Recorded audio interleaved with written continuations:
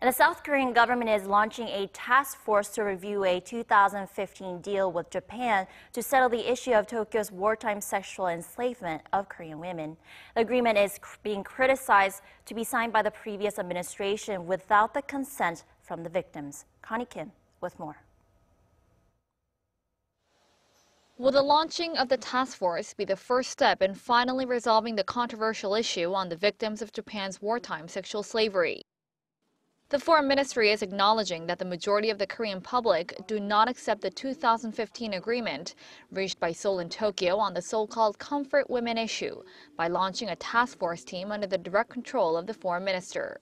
The group, consisting of 9 members, including professors and ministry officials, will thoroughly review every part of the agreement. The task force will be assessing the process leading up the signing of the agreement and evaluating the facts. The team will mostly be reviewing the documents on the agreement. It will also listen to voices of the victims from a victim-oriented approach. Monday was the members' first meeting in which they reportedly exchanged ideas and discussed how the team will be operated. The team will be meeting twice a month with the aim of reaching a conclusion on their assessment by the end of the year. The 2015 deal seemed to put an end to the decades-long comfort women row, with Japanese Prime Minister Shinzo Abe acknowledging Japan's atrocities and Tokyo agreeing to provide 1 billion yen, or roughly $9 million to a foundation supporting the victims.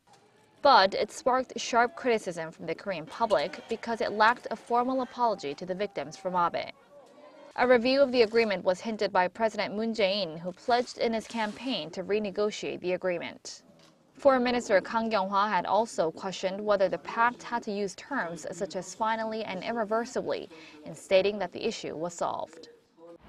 The issue of the comfort women remains unresolved for the surviving victims even after Seoul and Tokyo reached the agreement back in 2015.